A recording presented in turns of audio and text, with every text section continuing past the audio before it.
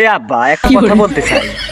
এই যে তুমি আমাকে প্রতিদিন বিড়ি ধরা দেও, আমি কিছু বুঝি না। আমি মানুষের স্বল্প রাতে বিড়ি দেখি আর আমি বাপরা হোস করে বিড়ি কিনতে নিয়ে আসো, আর বিড়ি খাওয়া দিতে মারা দেরে। আর তুমি বাবা বিড়ি ধরা দেও, আমি কিছু বুঝি না। তুমি এত ভালোবাসো তার মানে কি আব্বা, বুঝি না।